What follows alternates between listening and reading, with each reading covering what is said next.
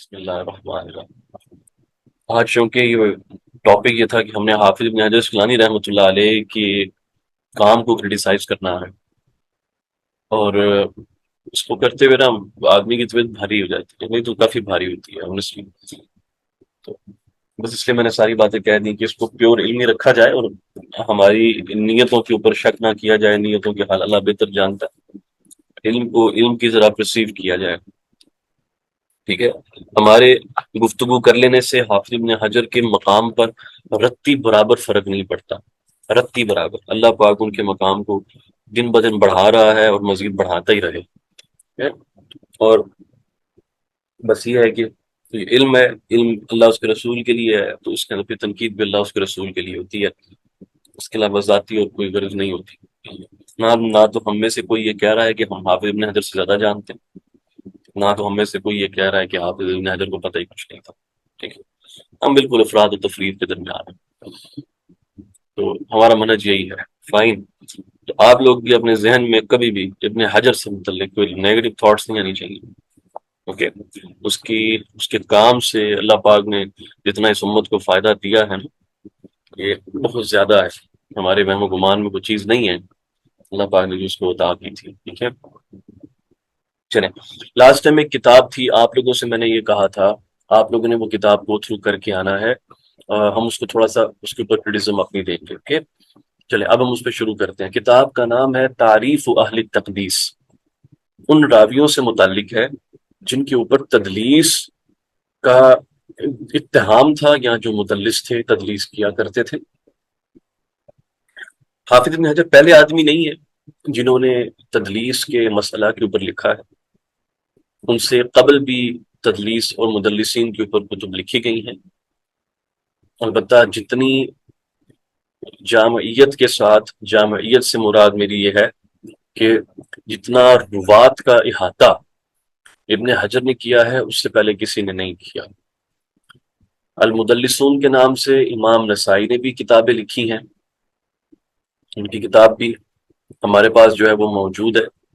امام نسائی رحمۃ اللہ علیہ کے بعد اس مسئلے کے اوپر حافظ علائی نے بھی لکھا ہے، حافظ علائی، یہ بہت امپورٹنٹ نام ہے حافظ علائی کا۔ حافظ علائی کے پھر کام کے اوپر حافظ عراقی نے بھی لکھا ہے، پھر حافظ عراقی کیونکہ ابن حجر کے اساتذہ میں سے، تو پھر حافظ عراقی کے بعد ابن حجر نے بھی لکھا ہے۔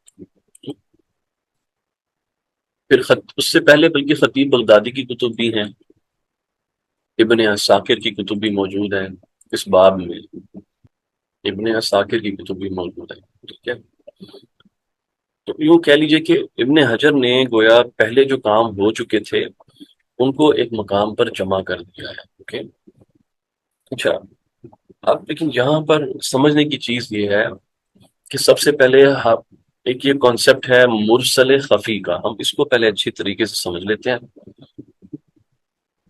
اور پھر ہم حافظ ابن حجر اسقلانی رحمۃ اللہ علیہ کی طرف آتے ہیں کہ ان کے اس کام کے اندر کیا کیا پرابلمس ہمیں نظر آتی ہیں اور ہمیں اس کو کس طرح پرسیو کرنا چاہیے۔ نمبر ایک، مرسل خفی سے مراد یہ ہوتی ہے کہ ایک آدمی ایک زمانے میں رہتا ہے، یعنی دو آدمی ہیں وہ ایک ہی زمانے کے لوگ ہیں، لیکن ان دونوں کے درمیان لقاء اور سما یہ ثابت نہیں ہے، تو لیکن ایک آدمی دوسرے سے روایت کرے تو اس کو کہیں گے کہ یہ مرسل خفی ہے۔ تدلیس، اب یہ متاخرین کی تعریف ہے، یہ مرسل خفی کی جو تعریف آپ کو میں نے بتائی یہ متاخرین کی بھی تعریف ہے، حافظ ابن حجر نے یہی کی۔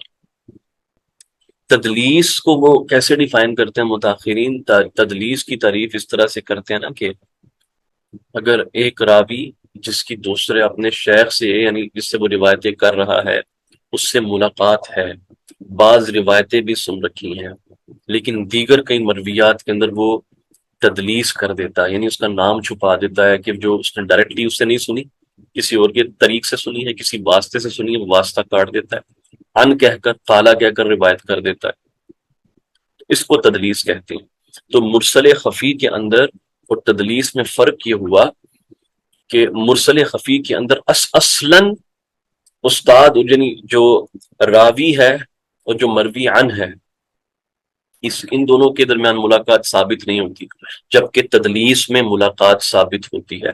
یہ آپ کو تعریف واضح ہے، اور یہ چیز جب واضح ہے، اب یہ لکھ لیں کہ یہ تقسیم متاخرین نے کی ہے، یہ تعریف، یہ تقسیم متاخرین نے کی ہے، اس کے اندر ابن حجر خود شامل ہے۔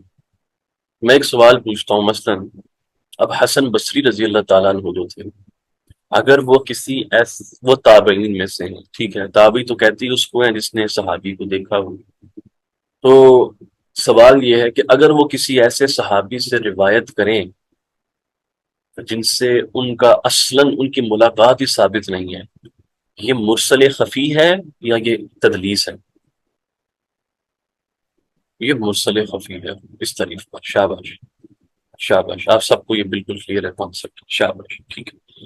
چلیں اب ہم اگلے سٹیپ کی طرف چلتے ہیں تھوڑا سا۔ مرسل خفی کے مسئلے کو آپ نے آگے یہ سمجھنا ہے کہ اگر کسی سے متعلق، کسی راوی سے متعلق ہمیں یہ ڈاؤٹ ہو کہ اس شخص سے بندہ مرسل خفی کرتا ہے یا اس سے مرسل، تو اس ڈاؤٹ کو آپ کیسے دور کر سکتے ہو؟ طریقہ صرف ایک ہی ہے، صرف ایک مرتبہ اگر سما ہو جائے نا، ثابت ہو جائے مرفی ان سے، تو وہ مرسل خفی نہیں رہتی، بلکہ وہ اس کی ساری روایات کو اتصال پر محمول کیا جاتا ہے۔ اگر حسن بصری رضی اللہ تعالیٰ عنہ حضرت علی کرم اللہ وجہ الکریم سے روایتیں کرتے ہیں، ایک ایگزامپل دے رہا ہوں، محدثین کہتے ہیں سما نہیں، سما نہیں، سما نہیں، سما نہیں، اوکے، تو پھر کیا ہے؟ وہ کہیں گے یہ مرسل خفی ہے، اوکے، سما نہیں ہے حضرت علی کا حسن بصری سے، اوکے، محدثین کہہ رہے ہیں حسن بصری جب روایت کریں گے حضرت علی سے، آپ اس کے کیا نام دیں گے؟ آپ اس کو نام دیں گے مرسل خفی کا، صحیح ہے؟ بس ایسے ہی ہے نا، آپ اس کو مرسل خفی کا نام دیں، کیوں؟ زمانہ دونوں کا ایک ہے، زمانہ دونوں نے پایا، صحیح ہو گیا کہ مرسل ہے۔ اب اگر ہم کوئی ایک روایت بھی صحیح ثابت کر دینا، ایک روایت بھی کہ جس کے اندر حسن بصری کا سماع علی سے ثابت ہو جائے، حسن بصری کا سماع ثابت ہو جائے، اب مجھے بتائیں کہ کیا حسن بصری کی روایتیں حضرت علی سے مرسل خفی رہیں گی؟ نہیں رہیں گی، بلکہ وہ ساری کی ساری اتصال پر محمول ہو۔ اتنی بات سمجھ آ گئی؟ اب جب اتنا نقطہ سمجھ آ گیا تو اب چلتے ہیں ایک دوسری سائڈ کی طرف۔ تدلیس میں نہیں ایسا ہوتا، متاخرین کے ہاں اگر کوئی شخص تدلیس کر رہا ہے نا، متاخرین کے ہاں اگر کوئی شخص تدلیس کر رہا ہے تو اس کے ہاں ایسا نہیں ہے کہ وہ کوئی ایک روایت ثابت ہوگی تو ساری متصل ہے، نہ، وہ کیا کہتے ہیں، ساری روایتوں میں ہمیں تحدیث چاہیے، صراحت چاہیے، تب مانیں گے۔ متاخرین کیا ڈیمانڈ کرتے ہیں؟ متاخرین ڈیمانڈ کر رہے ہیں کہ مدلس اپنی تمام روایات میں سما کی تصریح کرے، سما کی تصریح کرے، اور مرسل خفی کرنے والا فقط ایک مرتبہ کسی ایک روایت میں اتنا سما ثابت کر دے تو اس کی بقیہ روایات سب کی سب آٹومیٹیکلی اتصال پر محمول ہو جائیں گی۔ یہ ان دو کانسیپٹس میں آپ کو ڈفرنس کلیئر ہو گیا ہے کہ نہیں؟ واضح، کلیئر؟ میں اس لیے زیادہ وقت لگا رہا ہوں میرے دوستوں، یہ بہت امپورٹنٹ ہے، یہ چیز سمجھنا بہت، یہ انتہائی کریٹیکل پوائنٹ ہے۔ ہماری جو بیسک کرٹیک ہے نا حافظ ابن حجر اسقلانی کی تقسیم پر، وہ یہاں سے شروع ہوتی ہے۔ جب آپ کو یہ نقطہ سمجھ آ گیا، اب ہم ایک سٹیپ آگے چلتے ہیں۔ اب اگلا مسئلہ یہ ہے کہ متقدمین کے ہاں مرسل خفی کے لیے بھی تدلیس کا لفظ استعمال کیا جاتا تھا، لکھ لیں اس کو۔ اچھا، اس میں ہو کیا رہا ہے؟ اب آپ نے میری آرگومنٹ کو بڑا کھلے ذہن سے سننا ہے، ٹھیک ہے، بڑا کھلے ذہن سے سننا ہے، اس میں پرابلم کیا آئی ہے۔ حافظ ابن حجر اسقلانی رحمۃ اللہ علیہ کے مطابق، بلکہ شروع سے کرتے ہیں، متقدم امام کسی سے متعلق کہے گا کہ اس نے مرسل خفی کی ہے، وہ کہے گا متقدم امام اس نے تدلیس کی ہے، تدلیس۔ حافظ ابن حجر کے پاس جب وہ بندہ جائے گا تو حافظ ابن حجر ان دو باتوں کو الگ الگ نہیں کریں گے، بلکہ اس کو اٹھا کر اپنی تدلیس والی کتاب میں ڈال دیں گے۔ متقدم کے ہاں شرط یہ تھی کہ ایک مرتبہ سما ثابت ہو جائے اس بندے کا تو ساری روایتیں سما پر محمول ہوں گی، لیکن ابن حجر کے پاس جا کر اسی بندے سے متعلق شرط یہ بن جاتی ہے کہ جب تک یہ سب روایتوں میں سما کی تصریح نہ کرے اس کی روایتوں کو کرنا نہیں قبول ہم نے۔ اب مسئلہ سمجھ آ رہا ہے کیا ہو رہا ہے؟ آپ کو میں کوئی بڑے مزے کی بات بتاتا ہوں۔ ائمہ متقدمین نے کبھی کسی روایت کو فقط تدلیس کی بنا پر کہ راوی نے ان کہہ کر بولا ہے سما کی تصریح نہیں کی، یہ کہہ کر رد نہیں کیا۔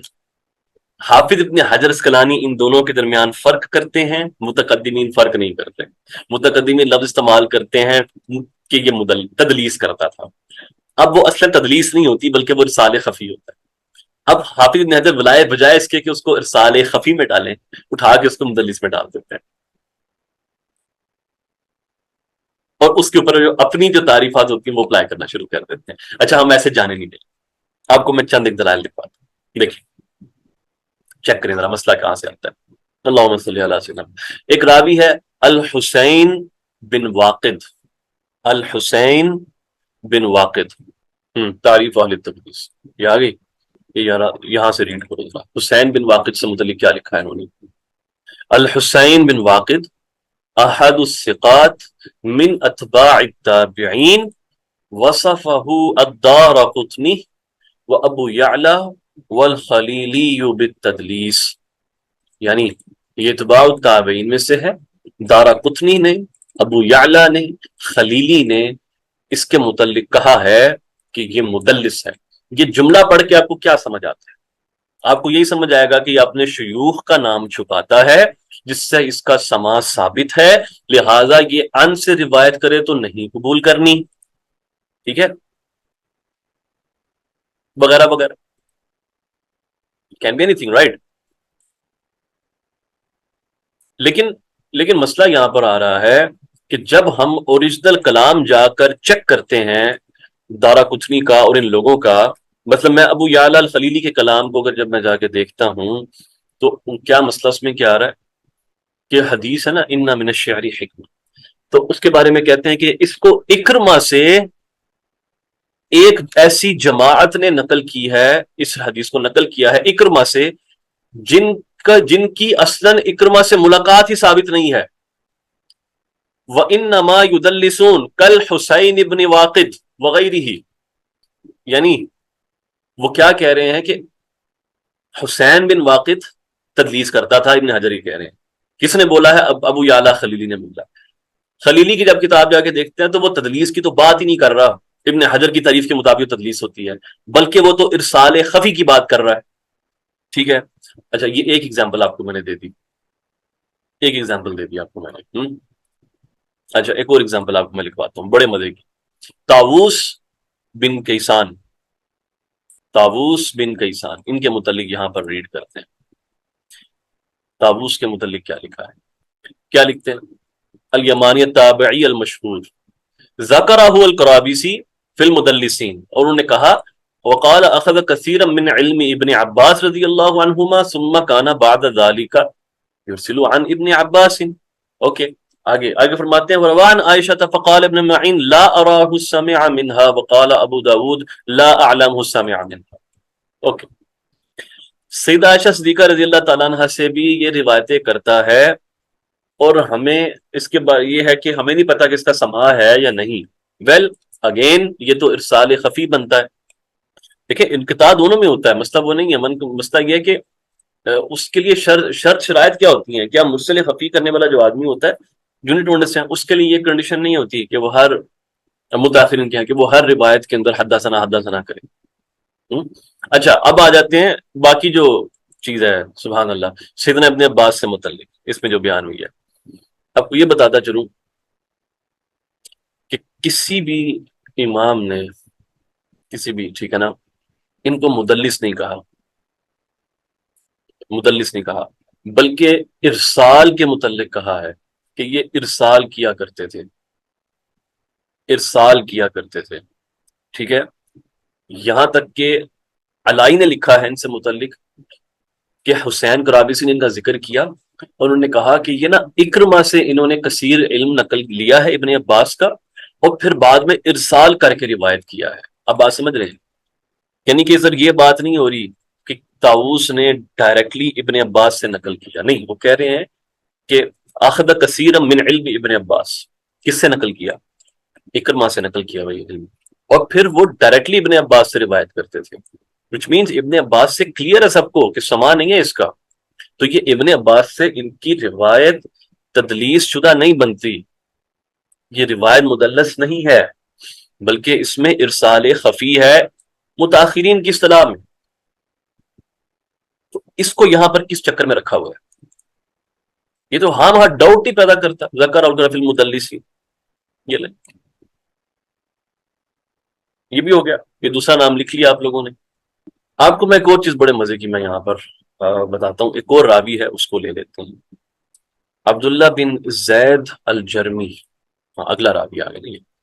ابو قلابہ التابعی الشہیر، مشہور بکنیاتی، ابو قلابہ کے نام سے مشہور ہے. اوکے. وصفہ بذالک الذہبی والعلائی، ذہبی اور علائی نے ان کے متعلق کہا ہے کہ یہ تدلیس کرتے تھے. Fine, okay. ہم جا کے دیکھتے ہیں کہ ذہبی اور علائی نے ایکچوئل میں کہا کیا ہے اس کے متعلق. اس میں ہوا یہ ہے کہ امام علائی نے ذہبی کے کلام پر اعتماد کیا ہے. ذہبی یعنی علائی نے اعتماد کیا ذہبی کے کلام پہ. تو اب ذہبی کے کلام کو اوریجنل جا کر دیتے ہیں. ذہبی کیا کہتے ہیں؟ ذہبی کہتے ہیں ثقۃ فی نفسہ الا انہ یدلس عمن لحقہم، اور وعمن لم یلحق، کہ یہ اس ایسے شخص سے بھی تدلیس کیا کرتا تھا جس سے اس کی ملاقات تھی، اور ان سے بھی تدلیس کرتا تھا جس سے اس کی ملاقات نہیں تھی. ایسے بندے سے بھی تدلیس کر رہا ہے جس سے ملاقات ہے، ایسے بندے سے بھی تدلیس کر رہا ہے جس سے ملاقات نہیں ہے. اب ذہبی جب یہ کہہ رہے ہیں نا کہ یہ ایسے بندے سے تدلیس کر رہا ہے جس سے اس کی ملاقات ہے، یہ تو متاخرین کی تدلیس ہو گئی. جب وہ یہ کہہ رہے ہیں نا کہ وہ ایسے بندے سے تدلیس کرتا ہے جس سے اس کی ملاقات ہی نہیں ہے، یہاں پر ذہبی بھی خود لفظ تدلیس مرسل خفی کے طور پہ استعمال کر رہے ہیں، جس طرح متقدمین کے ہاں استعمال ہوتا تھا. جس سے پتہ چلتا ہے کہ ذہبی کی انڈرسٹینڈنگ میں بھی یہ دونوں، یعنی ارسال خفی اور تدلیس، یہ تدلیس کے اندر ہی آتا ہے. اب ایک مزے کی چیز دیکھیں، ایک مزے کی چیز دیکھیں. ہاں، ایک والا ایگزامپل سنا لوں. ایک مزے، یہ جو ابھی ایگزامپل آپ کو میں نے دی ہے نا، اس معاملے میں ہوا کیا ہے؟ اس معاملے میں ہوا یہ ہے کہ خود جب حافظ ابن حجر اسقلانی نے تقریب التہذیب میں ان کا تذکرہ کیا ہے نا، تقریب التہذیب میں، تب ان کے مدلس ہونے سے متعلق گفتگو نہیں کی. کہتے ہیں ثقۃ فاضل کثیر الارسال. ہے عبداللہ بن زجرمی کے بارے میں، ابو قلابہ کے بارے میں، ابو قلابہ کے بارے میں کیا کہہ رہے ہیں کہ یہ کثیر الارسال تھا. تقریب التہذیب، تقریب التہذیب میں جا کے اس کی تدلیس کا تذکرہ انہوں نے خود نہیں کیا. ٹھیک ہے. راجح یہی ہے کہ یہ تدلیس نہیں کرتے تھے بلکہ یہ ارسال کیا کرتے تھے. اور اس طرح کی نا اور بھی بہت ساری اگزامپلز ہیں جو میرے پاس اس طرح لکھی ہوئی ہیں. تو یہ ایک بہت بڑا ایشو ہے حافظ ابن حجر اسقلانی رحمۃ اللہ علیہ کے کلام کے اندر، کہ انہوں نے بہت سے روات کو تدلیس سے موصوف کر دیا ہے جن کے اوپر تدلیس بنتی نہیں ہے. خود تعریف الگ کی ہے کہ مرسل خفی الگ چیز ہوتی ہے، الگ چیز ہوتی ہے، تدلیس ایک الگ چیز ہوتی ہے. پھر اس کے بعد جو متقدمین کے ہاں جہاں کو اگزامپل ملی ہے نا کہ راوی اصل میں مرسل خفی کر رہا تھا لیکن وہ اس کو بول تدلیس رہے تھی وہ مرسل خفی. انہوں نے وہ راوی اٹھا کے جسٹ بیکاز کے اوپر تدلیس کی لفظ استعمال کیا جا رہا ہے، اپنے مدلسین کے طبقات میں ڈال دیا اس کو. آپ کو یہ نقطہ سمجھ آ رہا ہے؟ تو اس لیے جو مدلسین ہیں نا ان کو اس طریقے سے نہیں ڈیل کرنا آپ نے. کیا یہ کہیں یہ تساہل ہوا ہے، خطا ہوئی ہے؟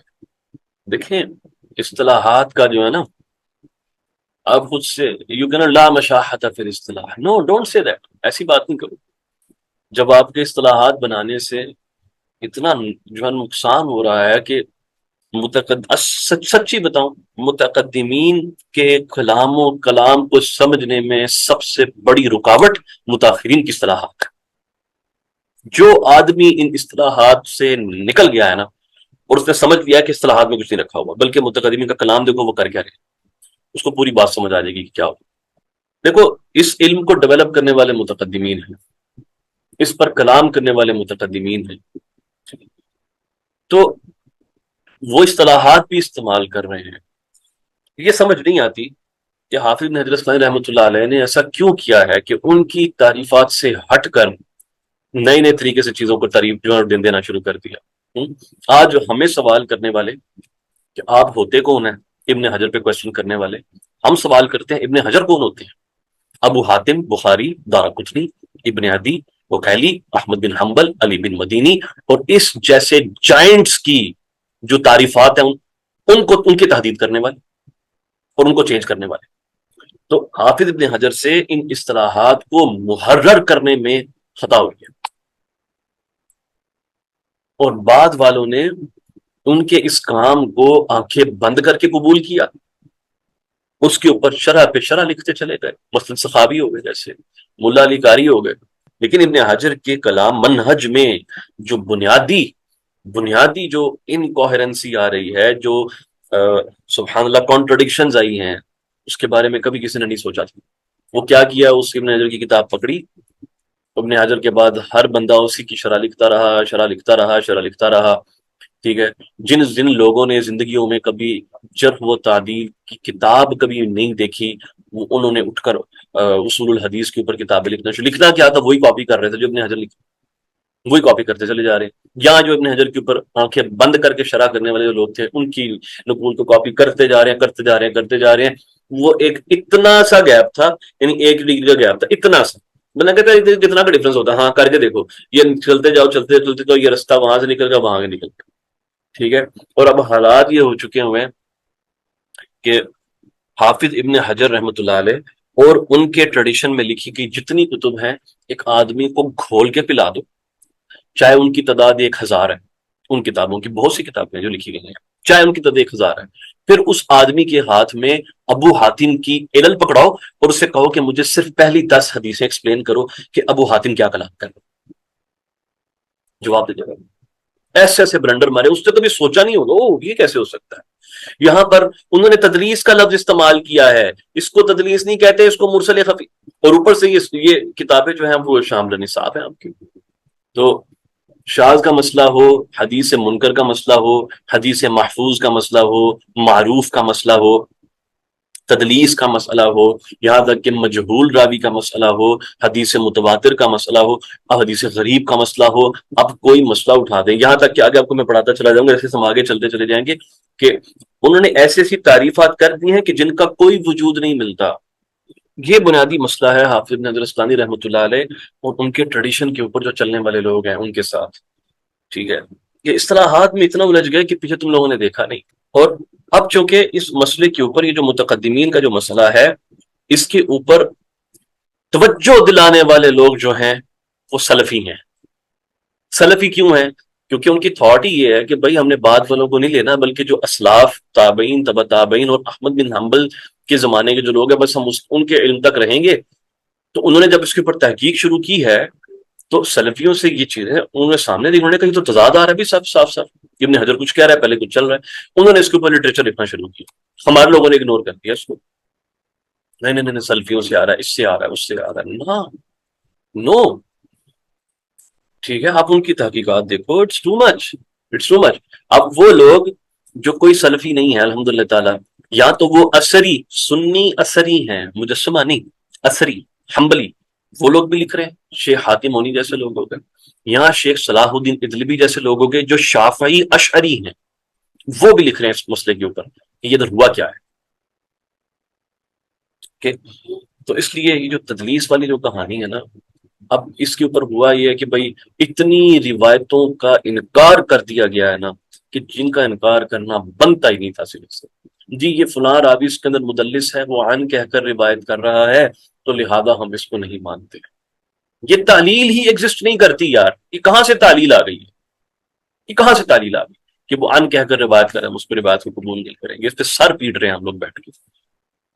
کہ یہ جو حافظ ابن حجر کی جو کتاب ہے نا، تعریف و اہل تقدیس، اس کے اوپر ایک بہت بڑا والیومس اور ایگزاسٹو قسم کا ورک کرنے کی ضرورت ہے. ایک ایک راوی کو پکڑ کے اس کو نچوڑنے کی ضرورت ہے، اس کی روایتوں کا جائزہ لینے کی ضرورت ہے، اور یہ دیکھنے کی ضرورت ہے کہ اس شخص کی روایتوں کے ساتھ ائمہ نے برتا کیسے ہے. اب یہ تو ظلم ہے نا، ایک آدمی کی 2000 روایتیں ہیں، 2000، ایک روایت میں کہیں پر آ گیا کہ نہیں یہ روایت اس نے ایسے نہیں سنی تھی بلکہ فلاں شیخ سے سنی تھی، شیخ کا نام چھپا دیا. اب آپ پکڑ کر اس کی جو 1999 روایتیں ہیں اس کے اوپر اٹھا کے تدلیس کی تہمت لگا کے ان کا انکار کر، یہ کہاں کا ظلم ہے یار.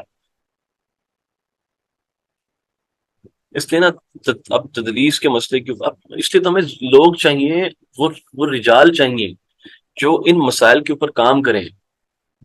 ایک بندہ نہیں کر سکتا اتنا کچھ، ٹھیک ہے. اس کے اوپر لٹرلی ایک ایک موضوع کے اوپر، یہ پتہ پی ایچ ڈی کا موضوع بنتا ہے تعریف و اہل تقدیس کے اوپر. یہ پی ایچ ڈی لیول کا موضوع ہے کہ کوئی آدمی اس کو جو ہے نا اس کے اوپر کام کرے. یہ ایک اینگل ہے، ایک اینگل ہے. آپ اس سے اندازہ کر لیں کہ کتنے سارے موضوعات ہیں جس کے اوپر کام کرنے کی ضرورت ہے. ایک آدمی کیا کیا کر سکتا ہے. اوکے، اس لیے ہمیں سیریس لیول کے اسٹوڈنٹس چاہیے جن میں اتنی کیپیبلٹی ہو کہ وہ رجال کے اوپر کلام کریں اور اس سب چیزوں کو دیکھتے ہوئے حکم جو ہے نا وہ لگائیں چیزوں کے اوپر. اوکے چلیں، آئی ہوپ کہ جو تدریس والا اتنا مسئلہ آپ پہ واضح ہو گیا ہوگا. اب میں اس مسئلے کے اوپر آتا ہوں کہ یہ ایک بہت ہی انٹرسٹنگ چیز ہے کہ تدلیس کا تعلق جو ہے وہ سٹیز کے ساتھ بھی ہوتا ہے، سٹیز کے ساتھ. اچھا، اب یہاں پر آپ کو میں ایک جملہ بتاتا ہوں. یہ امام سبحان اللہ حاکم نے شاپوری نے لکھا ہے. یہ بڑا ہی خوبصورت جملہ ہے. اس کو نا اگر آپ لکھ لیں نا تو بہت چیز آپ کو سمجھ آئیں گی. ایک چیز یاد رکھیے گا کہ وہ لکھتے ہیں کہ وہ آئمہ، یہ معرفت علوم الحدیث میں ان کا جملہ ہے، کہ وہ آئمہ جو تدلیس سے دور رہے، تدلیس نہیں کرتے تھے، وہ کون تھے؟ وہ کہتے ہیں ان کا تعلق زیادہ تر تھا اہل حجاز کے ساتھ.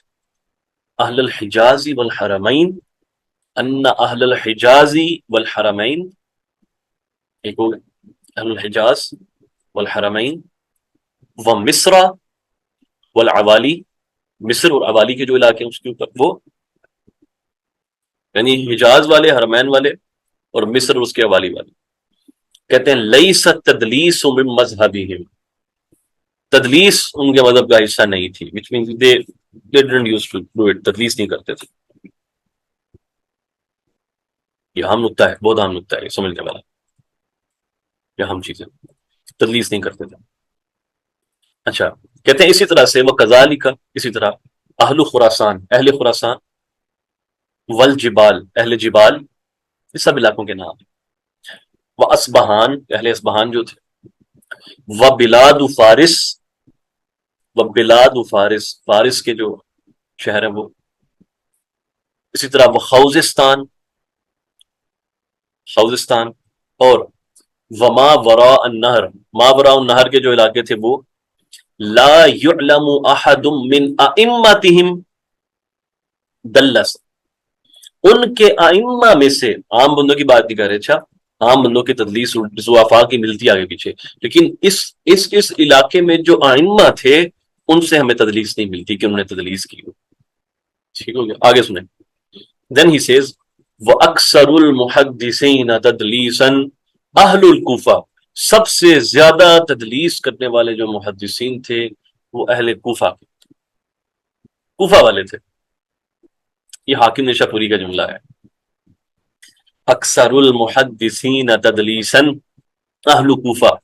پھر واقع فرماتے ہیں وَنَفَرٌ يَسِيرٌ من اہل البصرہ، اور بعض بصرہ میں سے بھی بعض جو لوگ تھے، ائمہ، we are talking about ائمہ، بعض بصری ائمہ بھی تدلیس کیا کرتے تھے. پھر آگے وہ فرماتے ہیں کہ جو بغداد والوں میں سے، بغداد والوں میں سے انہوں نے کچھ طبقات بنائے ہیں بغداد والوں کے، کہ جو پہلا ان میں تدلیس نہیں تھی سوائے محمد بن محمد الباغندی کی. غائن کے ساتھ باغندی، ان کی وہ تدلیس کیا کرتے، اس نے صرف بغندی کا نام لیا ہے اہل بغداد میں سے۔ اچھا، کتنا عجیب کلام ہے، اور کتنی معرفت میں ڈوبا ہوا کلام ہے نا؟ اس طرح کی گفتگو آپ کو کوئی متاخر کرتا ہوا نظر نہیں آئے گا، کوئی نہیں نظر آئے گا کہ یہ جو علم ہے نا، اس لیول کا علم ہونا کہ آپ اہل بلد کی مرویات کے لیول پہ جا کے گفتگو کر رہے ہو کہ مدینے والے کی مرویات میں یہ پرابلم ہوتی ہے، مکہ والوں کی روایتوں میں یہ مسئلہ ہے، اٹس ٹو گڈ، بڑا نیکسٹ لیول ہے یہ علم کا۔ اچھا، اب یہاں پہ نا میں روک کے کچھ چیزیں آپ کو میں بتانا چاہوں گا کہ میرے پاس نا ایک اور حوالہ ہے، یہ حافظ ابو عمر عثمان بن سعید الدانی، دال کے ساتھ، دال الف نون یا، ابو عمر عثمان بن سعید الدانی، 444 444 ہجری میں ان کا وصال ہے، حافظ ابو عمر عثمان بن سعید الدانی۔ ان کی کتاب ہے کتاب فی علم الحدیث کے نام سے، یہ بہت ابتدائی کتب میں سے ہیں جو اس اصول کے موضوع پہ لکھی گئی ہے۔ میں نے وہ کتاب اول تاخیر پڑھی ہے، اور وہ کتاب ایکچوئل میں بڑا کلیئر تھا کہ ابو عمر الدانی کے پاس حاکم نشاپوری کی معرفت علوم الحدیث تھی، تو وہیں سے تلخیص کر کے وہ چیزوں کو لکھ رہے تھے، وہیں سے تلخیص کر کے انہوں نے اس مقام پر لکھا ہے، ٹھیک ہے؟ لیکن میں وہاں سے مینشن کرنا چاہوں گا، یہ سنیے گا، یہ سنیے گا ذرا، یہ نقطہ سنیے گا۔ ایک سند آتی ہے، سند ہے ابن ابی الزناد عن ہشام بن عروہ ہے، عن ابیہ عن عائشہ رضی اللہ عنہ۔ آپ دیکھیں گے پوری سند عن ہے، یعنی عن کے ساتھ چل رہی ہے، عن کے ساتھ۔ اس کو لکھنے کے بعد، عن کے ساتھ ہے پوری سند، اس کو لکھنے کے بعد حافظ ابو عمر الدانی لکھتے ہیں فہذا مسند، یہ روایت مسند ہے، یعنی متصل، مسند بمعنی متصل ہے، ولم یذکر فیہ سماع، اس کے اندر اگرچہ سماع کا ذکر نہیں ہے، ولم یذکر فیہ سماع، لأن رواته مدنیون، وجہ کیا ہے؟ لأن، ٹھیک ہے نا، روات و مدنی، اس کے سارے راوی کیا ہے؟ مدنی ہے، ولیس من مذہبہم التدلیس، اور تدلیس اہل مدینہ کا مذہب نہیں ہے، ہاں مدنیوں کا مذہب تدلیس نہیں تھا، اہل مدینہ کا، کہتے ہیں کیونکہ ساری سند نا زندگی عائشہ صدیقہ رضی اللہ عنہ کے رشتہ دار ہیں۔ یہ کون ہے؟ یہ جو ہے نا ہشام بن عروہ بن زبیر، یہ وہ ہیں، اوکے؟ تو یہ ریلیٹیوز ہے سید عائشہ صدیقہ رضی اللہ تعالیٰ عنہ کی، ان کی ساری پرورش وغیرہ ان کے گھر ہوئی ہے، نیچے سے ہشام ہے، نیچے ابی الزناد ہے، یہ سارے امام ہیں مدینے کے، اوکے؟ کیا کہتے ہیں؟ فہذا مسند ولم یذکر فیہ سماع لأن رواته مدنیون ولیس من مذہبہم التدلیس۔ آگے لکھتے ہیں وکذالک سائر، اسی طرح جو باقی سارا کا سارا، ما یرد من الاخبار، اس طرح دیگر جو روایتیں ہمیں آتی ہیں نا، دیگر ما یرد من الاخباری عن اہل الحجاز، عن اہل الحجاز و اہل البصرہ والشام ومصر لأنہم لا یدلسون، کہتے ہیں اسی طرح جو ساری روایتیں جو ہمیں ملتی ہیں کس کی؟ عن اہل الحجاز و اہل البصرہ والشام ومصر لأنہم لا یدلسون، یہ لوگ تدریس نہیں کیا کرتے تھے۔ اچھا، ایک خوبصورت چیز دیکھیں، یہاں پر ایک نقطہ لکھیے گا کہ ہم اس کو محرر کرتے ہیں، یہ محرر کرنا ضروری ہے۔ یہ کلام تبع تابعین کے زمانے تک درست ہے، اور جیسے جیسے زمانہ بعد میں گیا ہے نا، اتباع تابعین جب آئے ہیں اور بعد کا زمانہ گزرا ہے، تو ہر علاقے کے اندر سے جو مدلسین ہیں وہ نکلے ہیں، پہلی چیز۔ دوسری چیز یہ ہے کہ یہ کلام ائمہ سے متعلق ہے، اس علاقے کے ائمہ، چھوٹے موٹے راوی نہیں، ضعفاء نہیں، ائمہ، یہ سمجھنا بہت ضروری ہے۔ اچھا چلیں، جب آپ کو یہ چیز سمجھ آ گئی، اب آ جاتے ہیں کہ کوفہ کے ائمہ سے کیا مراد ہے۔ چلیں میں آپ کو نام لکھواتا ہوں، کوفہ کے ائمہ سے کیا مراد ہے۔ پہلا نام لکھیں سفیان ثوری، ایک نام لکھیں اعمش، سلیمان بن مہران الاعمش، ایک نام لکھیں ابو اسحاق السبیعی. اب ایک سوال پیدا ہوتا ہے، کوئی آدمی کوئی امام تدلیس کیوں کرے گا؟ اب آپ یہ بتائیں. بلکہ ہم یوں کرتے ہیں کہ ایک اور روایت، ایک اور ٹاپک لکھتے ہیں تدلیس سے متعلق، اور پھر ہم واپس اس سوال کی طرف آتے ہیں. آپ کو یہ سوال سمجھ بھی آئے گا اور جواب سننے کا مزہ بھی آئے گا. ایک اور ٹاپک لکھیں کہ تدلیس کرنا جرح کب بنتا ہے. اب یہ ذرا یہ موضوع شروع کریں. ایسا تھوڑی ہوتا ہے کہ تدلیس کرتے جو کر جرح نہ بنے، نہ ہوتا ہے کہ دیر از اے پوائنٹ کہ جہاں پر تم تدلیس کرو گے تو وہ جرح بھی بنے گا. تدلیس جو ہوتی ہے نا، 3 کنڈیشنز ایسی ہیں کہ جس کے اندر مدلس پہ جرح ہو جاتی ہے. پہلی کہ اگر روایت منکر، یعنی روایت اگر باطل ہے نا، اس کا متن ہی بتا رہا ہے روایت باطل ہے سپرفیشل لیول پہ، تو ایسی روایت کو بیان کرنے سے، ایسی روایت کی تدلیس کرنے سے جو بندہ تدلیس کرے گا نا، جو بندہ تدلیس کرے گا وہ مجروح ہوگا. ٹائم تو کیا ہو گیا؟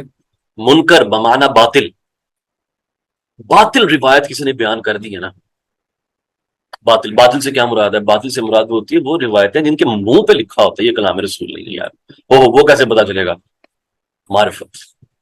تعریف ہے اس خدا کی جس نے اپنے اولیاء اللہ کا سینہ اپنے نبی کی حدیثوں کے سما سے کھول لیا. سمجھائیے، تمام روایتیں نہیں، ایک روایت بھی مل جائے جو باطل ہو، کلیئر باطل، ایک روایت کافی ہوتی ہے. آپ کو میں یہ بھی بتاتا چلوں کہ اگر کوئی کہے یار ایک روایت کے اوپر اتنا ظلم کہ ایک روایت کو اٹھا کے آپ کہو گے اس کی سب کچھ ہی باطل. یہ مسئلہ ہے اس چیز کا کہ بعض مرتبہ ایسا ہوتا ہے کہ ایک ہی روایت ہوتی ہے اور وہ کافی ہوتی ہے کسی بندے کی ساری زندگی کی محنت تباہ کرنے کے لیے. ایک روایت، ٹھیک ہے. امام حاکم سے ایک راوی کے سوالات میں ہے، ایک راوی کی ایک اسپیسیفک ایک حدیث ہے، اس کی سند میں اس نے گڑبڑ کی ہے. سند میں اس کے متعلق سوال کیا گیا تو آپ نے فرمایا کہ اس نے ایک ایسی سند بیان کر دی ہے کہ اس سے کئی سال کے اعمال بندے کے تباہ ہو جاتے ہیں. اس طرح کی بہت ساری چیزیں سبحان اللہ اس میں ملتی ہیں، دارقطنی کے کلام میں بھی ملتی ہیں.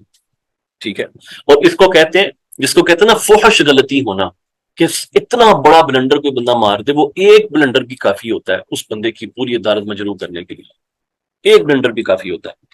مثلا ایک حدیث ہے، یہ عبد الملک بن ابی سلیمان ان عطا، یہ حدیث شفا کے معاملے میں یہ حدیث ہے، اصل میں ابو داؤد ترمذی وغیرہ کی حدیث ہے. اس کے اوپر شعبہ کا کمنٹ سنیں. شعبہ کہتے ہیں کہ اگر لو جاء عبد الملک بمثل هذا الخطا، کہتے ہیں کہ اگر جس طرح اس نے اس حدیث میں خطا کی ہے نا، فی حدیث انسان، کسی اور ایک اور حدیث میں بھی اس نے یہ غلطی اگر کرتا نا، لرمیت بحدیث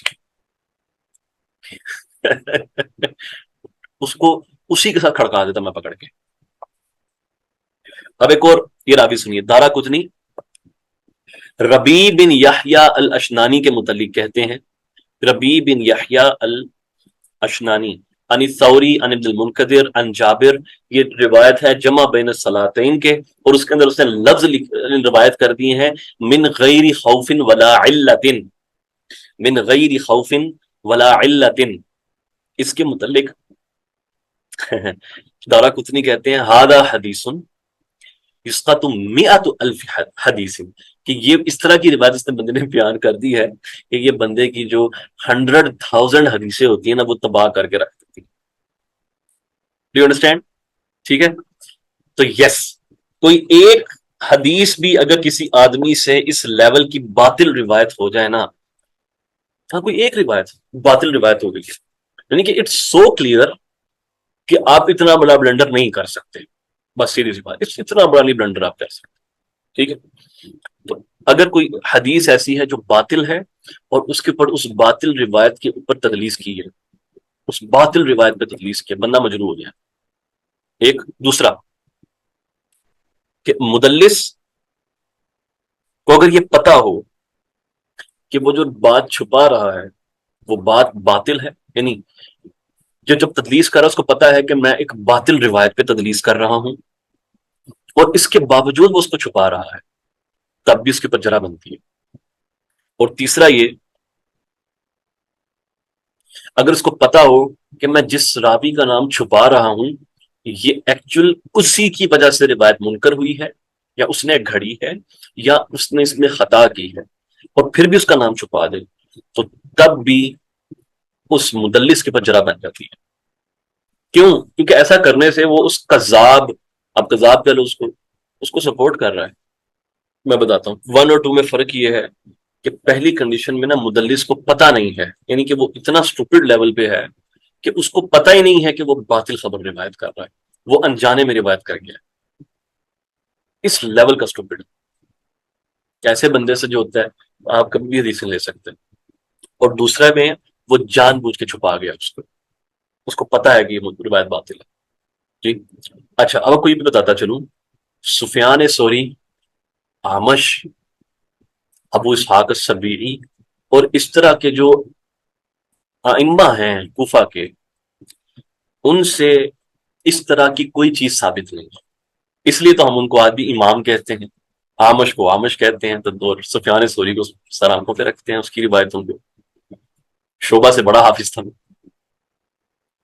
سوال پیدا ہوتا ہے نا کہ یہ ائمہ چاہتے تو نام بھی لے سکتے تھے کس سے روایتیں کر رہے ہیں، سوال یہ پیدا ہوتا ہے ان لوگوں نے نام کیوں چھپائے؟ اور اس کا جواب یہ ہے سارا مسئلہ جو تھا نا وہ پیچھے سے اہل بیت کا تھا، علی کرم اللہ وجہ کریم اور ان کے جو مخالفین تھے ان کا تھا۔ اہل کوفہ اکثریت وہ تھی جو شیعان علی کی تھی، ان سے متعلق دیگر علاقے کے محدثین کو خاص قسم کا تعصب تھا، وہ ان کی روایتوں کو لیتے نہیں تھے، یا ان کے اوپر ان باتوں کی بنا پر جرح کرتے تھے جو کہ جرح نہیں بنتی تھیں، اصلاً بنتی ہی نہیں تھیں اصلاً۔ ٹھیک ہے، ان لوگوں کے پاس جو علم تھا وہ اس طریقے سے آیا ہوا تھا۔ اب ان کے پاس 2 آپشنز تھیں، ان کو تو پتا ہے، سفیان ثوری کو بھی پتا ہے کہ میں بات جو کر رہا ہوں میں ٹھیک کر رہا ہوں، صحیح روایت کر رہا ہوں، میں امام ہوں، حافظ ہوں، امیر المؤمنین فی الحدیث ہوں، میں اس کو بھی پتا ہے، آمش کو بھی پتا ہے، اب اسحاق سبی کو بھی پتا ہے، وہ نام بھی چھپا رہا ہے اس وجہ سے کہ تم میری روایت لے لو، مجھ سے نہ پوچھنا میں نے کس سے سنی، میں نے تمہیں بتا دیا تو تم نے بک بک شروع کر دینی آگے سے، اور صرف اپنے زوم میں، اپنے چکر میں تم نے روایتوں کو رد کر دینا ہے، حالانکہ روایت بالکل ٹھیک ہے، روایت میں کوئی مسئلہ نہیں۔ یہ اہل کوفہ کے ساتھ ظلم ہوا ہے بہت بڑا۔ یہی وہ وجہ تھی جس کی وجہ سے حسن بصری مولا علی کا نام نہیں لیتے تھے، یہی وہ وجہ تھی جب سعد بن ابی وقاص سے علی کے مناقب پوچھے گئے کما فی صحیح مسلم، انہوں نے کانوں میں انگلیاں ڈال دی کہ یہ حدیث ٹھیک ہے علی کے مناقب میں، کانوں میں سوال نہ کرو اس کے بارے میں، don't ask me this question.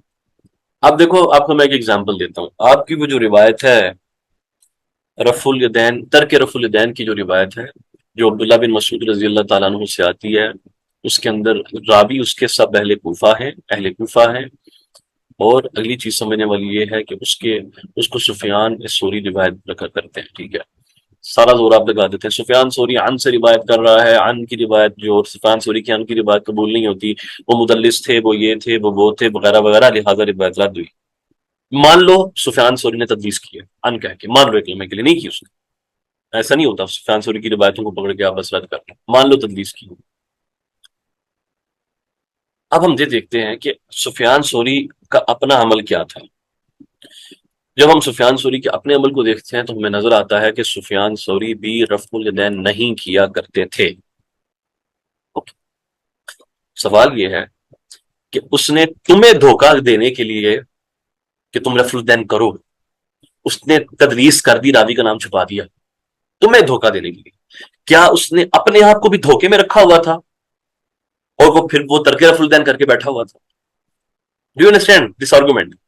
آپ اس کی تدلیس جو روایت ہے تدلیس شدہ، اس کو تو انکار کر دو کہ تدلیس کی ہے جس نے، پتہ نہیں کس کا نام چھپا گیا، تو وہ جو خود عمل کر رہا ہے، وہ اہل کوفہ کا اس پر اجماع تھا، اہل کوفہ کا ترک رفع الیدین پہ، ترک رفع الیدین پہ اجماع تھا۔ لیکن ہاؤ کم کہ جب تم حدیثوں کو ڈھونڈنے جاتے ہو تو تمہیں ان متاخرین کے اصولوں کے مطابق ایک حدیث قابل اعتبار نہیں ملتی. کہیں پر سما کا مسئلہ نکال دیتے ہیں، کہیں پر تدریس نکال دیتے ہیں، کہیں پر یہ کہیں پر وہ. تم اگر مذاہب دیکھ لو، امت کی اکثریت کو دیکھے نا، فلاں امام بھی، بخاری، مسلم، ابو داؤد، ابن نسائی، ابن ماجہ، یہ سارے رفع الدین کیا کرتے تھے. اسٹاپ. ابو حنیفہ کرتے ہیں؟ نہیں. اچھا، یعنی امت کا سب سے بڑا اسکول ہے وہ نہیں کرتا. ہاں وہ حنفی ہیں، اچھا چلو. مالک؟ نہیں. اچھا، اہل مدینہ نہیں کر رہے، کیونکہ مالک تو وہ کرتا ہے جو اہل مدینہ کرتا ہے. جعفر صادق علیہ السلام وہ بھی نہیں کر رہے. او زید وہ بھی نہیں کر رہے علیہ السلام. اچھا، اباضیہ، کیا اباضی رفع الدین کرتے ہیں؟ نہیں وہ بھی نہیں کرتے.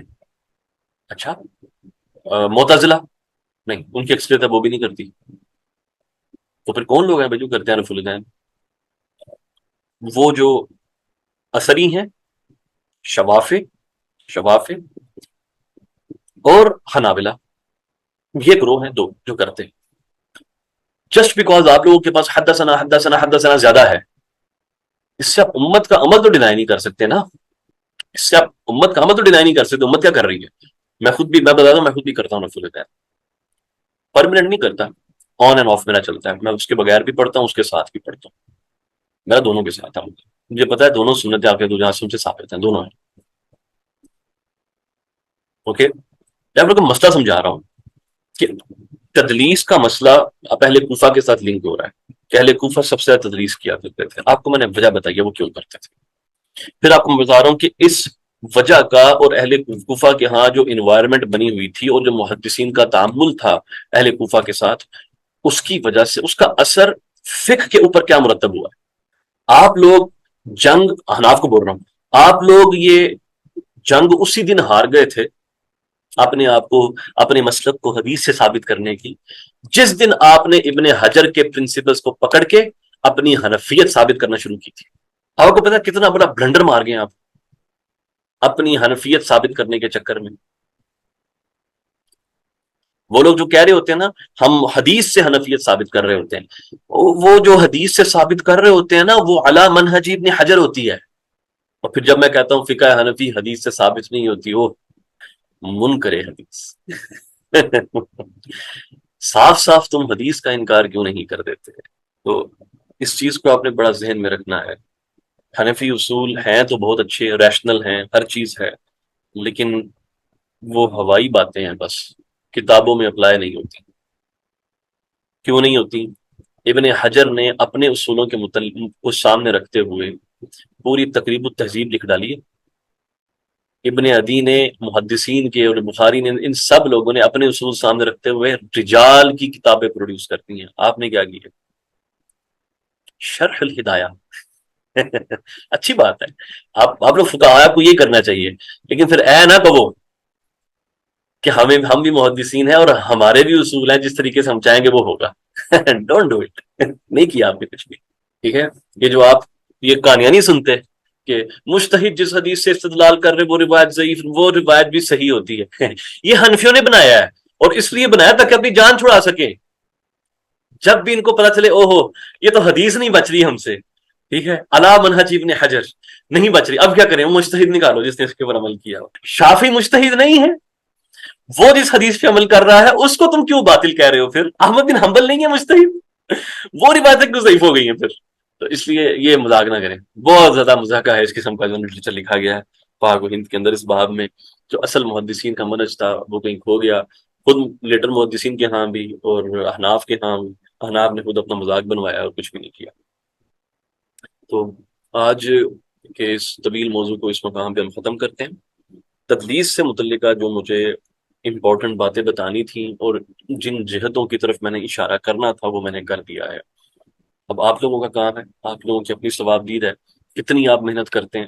اور آپ میری ہر ٹاپک پر کوشش صرف یہ نہیں ہے کہ آپ کو میں یہ بتاؤں اس میں کیا ہے، بلکہ فیوچر کے لیے آپ کو میں وہ بتاتا جا رہا ہوں کہ کہاں کہاں پر چیزوں کو کرنے کی ضرورت ہے اور کہاں کہاں سے آپ نے اور چیزوں کو دیکھنا ہے. ٹھیک ہے، میری کوشش ہوتی ہے کہ یہ بھی آپ کو میں ساتھ آگے رستہ اس طرح سے کلیئر کر دوں میں آپ لوگوں کے لیے. تو آج انشاءاللہ اس کو اسی مقام پہ ختم کرتے ہیں. تو تدریس کے اوپر اب مزید آئی ڈونٹ تھنک سو کہ ہمیں گفتگو کرنے کی ضرورت ہے. انشاءاللہ اس کتاب کا جو اگلا موضوع ہے ہم اس کی طرف چلیں گے. اور اس کے اوپر انشاءاللہ پھر ہم حافظ آبی کی جو ہے اس کے اوپر فوکس کریں گے۔ اللہ تعالیٰ سے دعا ہے کہ اس کو اپنی بارگاہ میں قبول و منظور فرمائے اور ہمارے معاملات میں آسانی فرمائے۔ چلیں، بارک اللہ فیکم، اپنا بہت خیال رکھیں جی، بہت خیال رکھیں۔ السلام علیکم ورحمۃ اللہ وبرکاتہ۔